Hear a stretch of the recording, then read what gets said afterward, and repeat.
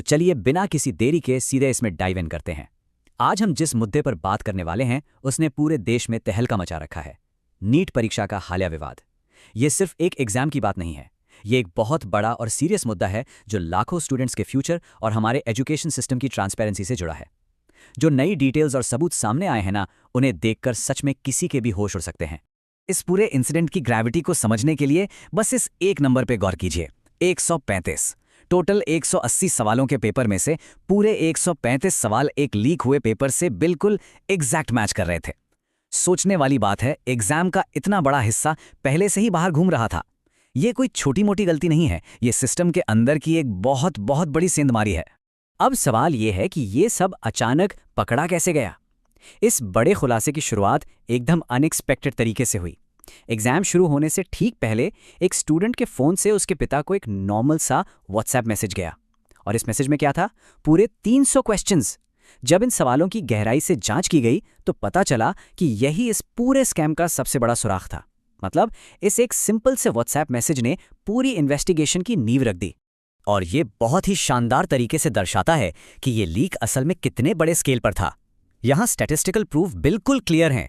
Biology के 90 में से 90 सवाल और केमिस्ट्री के 45 में से 45 सवाल 100% वही थे जो उस लीक हुए पेपर में मौजूद थे। ये डेटा देखने के बाद इस बात को झुठलाने का कोई सवाल ही पैदा नहीं होता कि पेपर बहुत ही वेल प्लान तरीके से लीक किया गया था। तो चलिए अब इसके मैकेनिक्स पर आते हैं। नासिक से लेकर गुड़गांव तक का ये सफर कैसा था, आइए देखते हैं। इन्वेस्टिगेशन के मुताबिक ये पूरा खेल नासिक की एक प्रिंटिंग प्रेस से शुरू हुआ, और इन लोगों ने जो तरीका अपनाया वो कोई आम तरीका नहीं था, बिल्कुल हाईटेक था। हाई डेफिनेशन पोर्टेबल स्कैनर्स और शैडो सर्वर्स जैसी टेक्नोलॉजी का इस्तेमाल किया गया। क्यों? ताकि मेन सिस्टम की नजरों से बचा जा सके और पीछे कोई भी डिजिटल फुटप्रिंट न छूटे।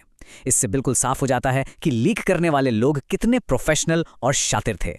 अब इस स्लाइड में जो सबसे दिलचस्प बात है वो ये है कि यहाँ पैसों का गेम कैसे चला। शुरू में एक मेडिकल स्टूडेंट ने इस लीक्ड पेपर को करीब 1 लाख रुपए में खरीदा, लेकिन जैसे ही ये पेपर ब्लैक मार्केट से होते हुए गुड़गांव पहुंचा, इसकी आखिरी कीमत सीधे 15 लाख रुपए हो गई। 1 लाख से 15 लाख। ये ब्लैक मनी का एक ऐसा क्लियर ट्रेल है जो दिखाता है कि एजुकेशन सिस्टम का फायदा उठाकर किस लेवल पर मुनाफा कमाया जा रहा है। अब आते हैं इस मुद्दे के दूसरे पहलू पर, पॉलिटिकल कनेक्शंस और इस मामले के मुख्य आरोपी।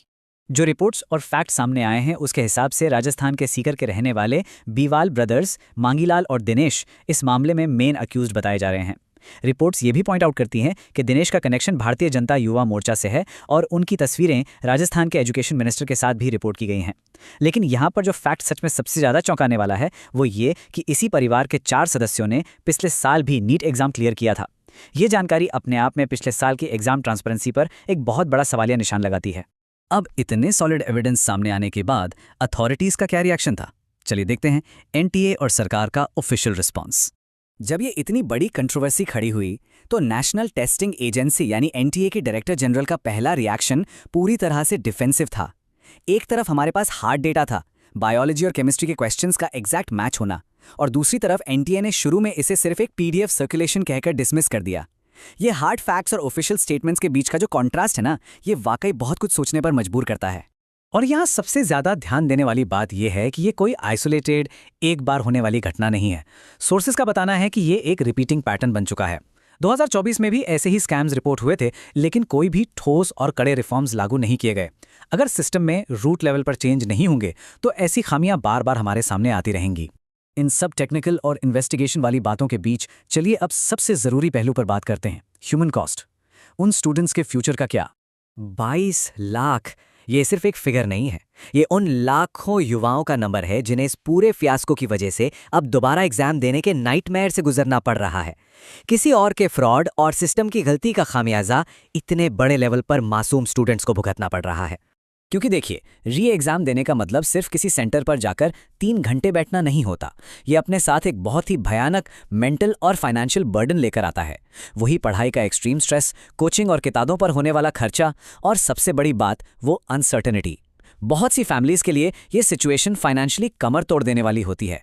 ये सिर्फ एक टेस्ट कैंसिल होना नहीं है, ये लाखों परिवारों के सपनों और उनकी हिम्मत का टूटना है। तो आखिर में ये पूरी सिचुएशन हमारे सामने एक बहुत ही गहरी सोच और एक सवाल छोड़ जाती है। क्या आज के इस दौर में अपना पूरा करियर, अपना पूरा फ्यूचर सिर्फ किसी एक एग्जाम के भरोसे छोड़ देना सेफ है? सोर्स से जो सबसे बड़ी एडवाइस निकल कर आती है वो यही है कि अपना प्लान बी हमेशा तैयार रखना चाहिए।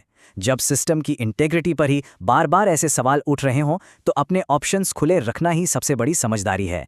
ये एक ऐसी